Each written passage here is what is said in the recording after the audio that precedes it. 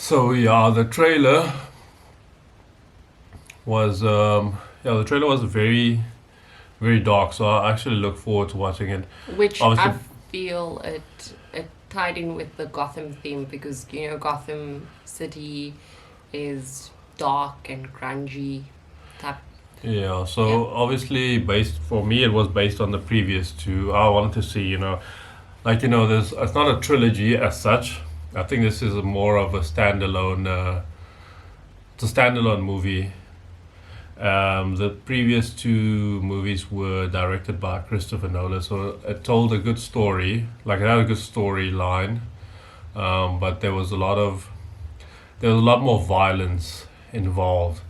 So in the previous two, and obviously with Christian Bale in there, it did justice to the action scenes. He's a really good actor, and he basically prepared well for those roles. Physically, and I believe, well, mentally. This is just speculation, so it's just what I enjoyed about the movie. I love the role.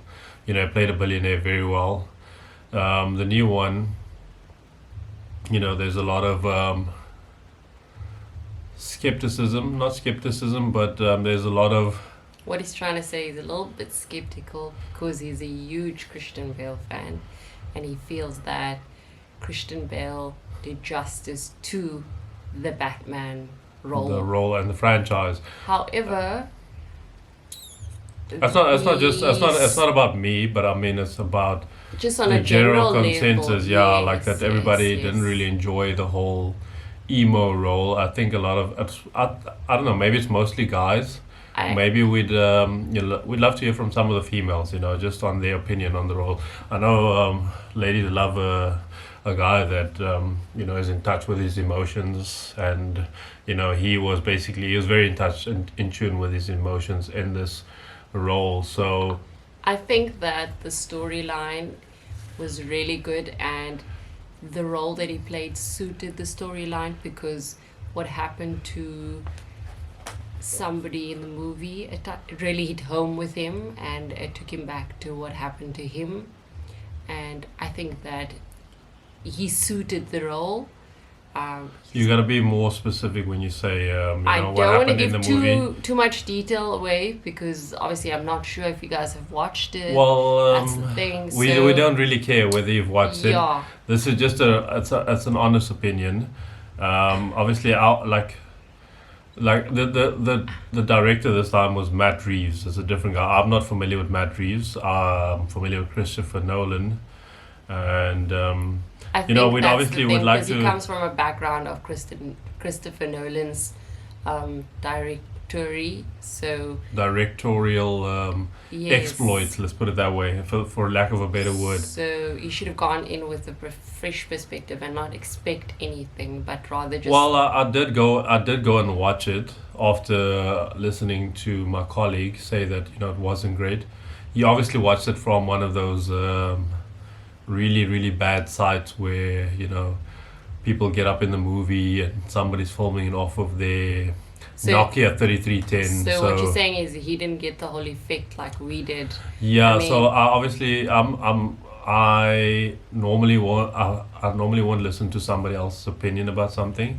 I listen to their opinion, but I want to experience it firsthand. So no, I I agree because you can't go on somebody else's opinion. You rather want to yes. formulate your own opinion about it. Yeah, so well, this is another topic for another day, opinions, So, but yeah, so my colleague did say, look, he didn't enjoy it much, and I asked him, look, how did you watch it? What time of the evening did you watch it?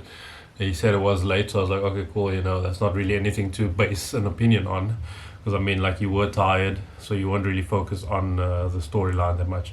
Anyway, so But I still decided to this, go and watch it. I wanted to watch it since I saw that it was coming out in March, and I'm not sure what the box office numbers look like. Obviously, it'll be interesting to see how many males went to go watch it and how many females went to go mm, watch it. and Like, also what their takes on it is. yeah. So I didn't go watch it, based on the fact that I don't like, or did not go and watch it because Robert Pattinson was in there. I'm all, for a good storyline and for a good movie, regardless of who the actor is. And it's always good to give somebody an opportunity. Maybe they surprise you.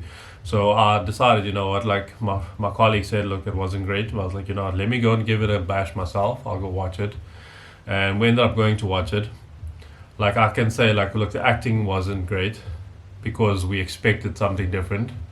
And sometimes that happens because, we expected, like, it's the Batman, and I didn't know who the director was, so I assumed, look, it might be Christopher Nolan again. So I was like, let's go watch it and see what happens. So we went to go watch it. We felt that Batman should have made more of an impact, and the fighting scenes weren't that. It wasn't that physical. Physical. Yeah, as opposed to like if it was Christian Bale, Even props to him. The intimate scenes where he's making out with Zoe, The Batman doesn't do that. You know? He doesn't make out. Yes. There wasn't enough tongue action. Let's put it that way. I'm kidding. Anyways, yeah. So I don't think it was really much about like the physical. It was a lot about physicality in terms of fighting scenes. But he was a little bit more physical on the emotional side. He did there was a couple of makeout scenes. Anyways, I felt like I was kind of watching Spider-Man. I must say the villain, like, wow to him, like his role was The brilliant. Riddler. The Riddler, the villain, his role was like He really well done. For some of you guys that don't know, the Riddler is Paul Dano. He played in The Girl Next Door. That's the only real knowledge that I have, about his acting experience. He played a guy called Klitzy. I loved The Girl Next Door. Chick was very hot, just to say. She was from 24, with I think it was Kiefer Sutherland. And so the Riddler was in there. So I don't think he had done any roles from the last time he was in a actual movie, and which was The Girl Next Door. So I felt like he had a lot to prove, and he came through. Like I felt like I was more, like, not to be critical of the movie. This is just a small bit of feedback. I felt like he really carried the movie. And And like he really captivated the emotion. the audience. Yeah, Like, the emotion. the storyline with him just made you want to watch it more, because you were always at the edge of your seat thinking, oh my god, so what's the Riddler going to do next? You know? So he's he really did contribute in terms of being a villain. Just an interesting fact for you guys. I'm not sure if you guys knew that.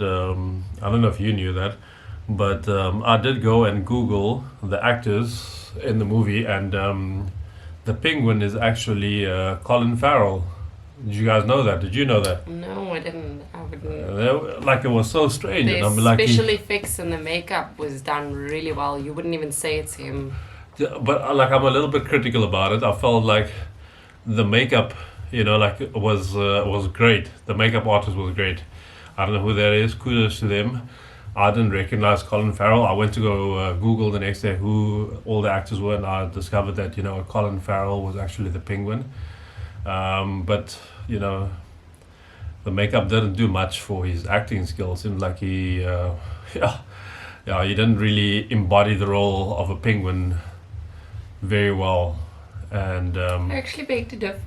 really you do. I think he did well, especially the scene where he got confronted at the nightclub. I think he did it pretty well. I felt And it was a also with the little. I felt I was a confrontation. little bit watered down, to be honest. I don't think Like so. I felt like But you know what? yeah. Each to their own, eh? Yeah, so I mean, like, after, like, obviously watching, us review the